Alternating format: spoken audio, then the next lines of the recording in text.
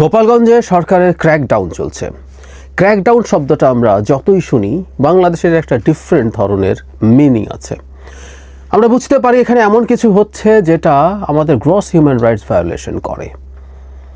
গোপালগঞ্জে এনসিপি যাওয়ার পর যে ঘটনা ঘটেছে তার প্রতিক্রিয়া কিছু হবারই কথা ছিল, কিন্তু আমরা তো এভাবে চাইনি।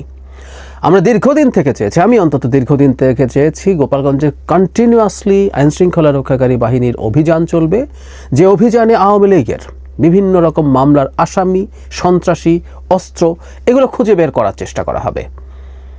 আমরা যৌক্তিকভাবে অনুমান করছিলাম 5 আগস্টের পর থেকে সারা দেশের বিভিন্ন পর্যায়ের আওয়ামী সন্ত্রাসীরা গোপালগঞ্জে আশ্রয় নিয়েছে এবং তারা একটার পর একটা আস্ফালন দেখিয়ে যাচ্ছিলেন।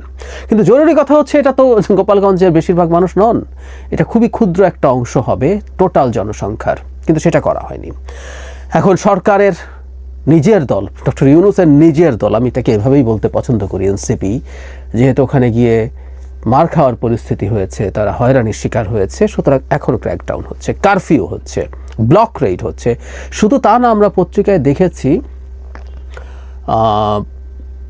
পুরুষরা বাড়িতে থাকতে পারছেন না, পুরুষ শূন্য হয়ে পড়ছেন একটা জেলার প্রায় সবগুলো বাড়ি। এটা একটা ভয়ঙ্কর প্রবণতা, এটা ভয়ঙ্কর ব্যাপার। শুধু তাই না, দেশের মধ্যেও গোপালগঞ্জ বিদ্বেষ ছড়ানোর চেষ্টা হচ্ছে, দেশের ভেতরে এবং দেশের বাইরে থেকে। কিছু ইনফ্লুয়েন্সার্স আছেন, তারা বাইরে থেকে, কেউ দেশে থেকে বিভৎস ভাষায় গোপালগঞ্জের মানুষকে নিয়ে গালিগালাজ করছেন, ঘৃণা ছড়ানোর চেষ্টা করছেন। আমরা প্রায় একটা কথা বলতাম আগে, শেখ হাসিনার সময়ও, যে ঘৃণার চাষ করেন শেখ হাসিনা, কারণ তিনি মানুষকে বিভক্ত রাখতে চান, বিভক্ত রেখে তিনি শাসন করতে চান। সো ঘৃণা ছড়ানো একটা ফ্যাসিবাদী আচরণ, ভয়ঙ্কর ফ্যাসিবাদী আচরণ। গোপালগঞ্জের বিরুদ্ধে ঠিক একই ধরনের ঘটনা আসলে ঘটছে। গোপালগঞ্জের মানুষ হরতাল ডাকবেন, আজই সম্ভবত তাদের হরতাল। কেউ কেউ বলছেন যে প্রথম একটা জেনুইন হরতাল হতে পারে। আমি এই প্রসঙ্গে একটু যোগ করে রাখি, আমার খুবই খুবই রিলায়েবল একজন মানুষ, যার সাথে আমার খুবই ক্লোজ কানেকশন আছে, তিনি এই ঘটনার পর গোপালগঞ্জে গেছেন এবং তিনি তার ভাষ্য মতে, আমার মনে হয় এই ব্যাপারটা কিউরিয়াস, আমার চাওয়া হচ্ছে সাংবাদিকরা এই ব্যাপারে কিছু ভেরিফাই করবেন।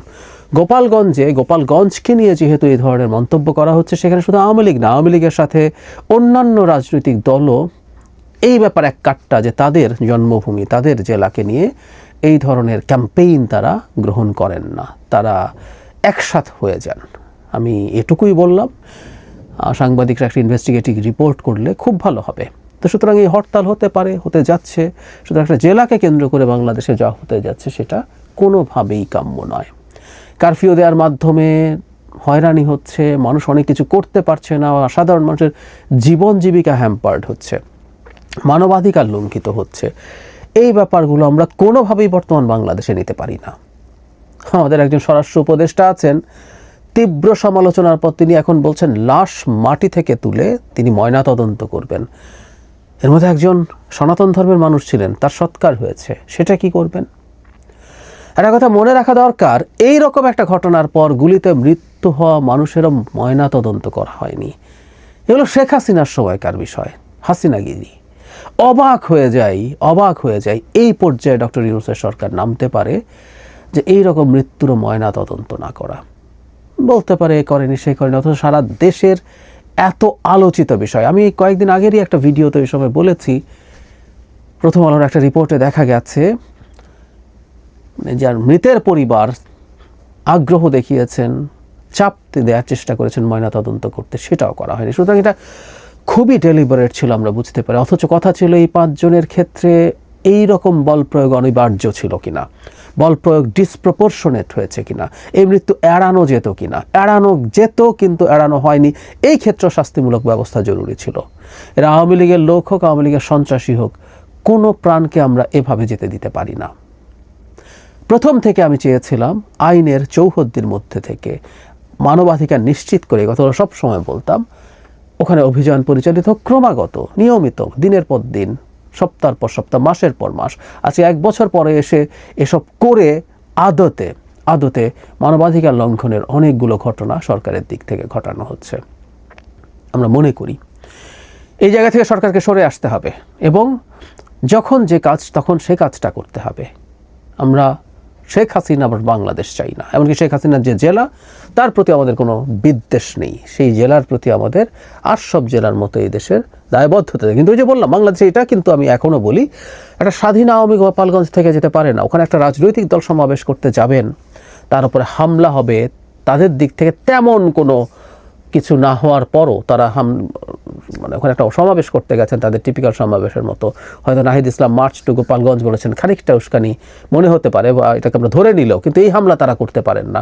সুতরাং গোপালগঞ্জের ব্যাপারে আলাদা মনোযোগ দিতে হবে। ওখানে আর্মির গাড়ি, পুলিশের গাড়ি ভাঙচুর হবে, বিএনপি নেতা মিছিল করলে তাকে পিটিয়ে মেরে ফেলা হবে, এইরকম কিছু আসলে হতে পারে না। বাংলাদেশের জেলা এরকম একটা জেলাই, সেখানকার মানুষ যদি এখনও মনে করেন তারা আওয়ামী লীগকে সমর্থন করবেন, করতেও পারেন, তবে কর্মসূচি করা যাবে না আওয়ামী লীগের নামে, কারণ আওয়ামী লীগ এখন একটা নিষিদ্ধ, তাদের কর্মসূচি নিষিদ্ধ একটা সংগঠন, মানে দল, এটা বেআইনি হবে, তাদের এটা থেকে দূরে থাকা উচিত।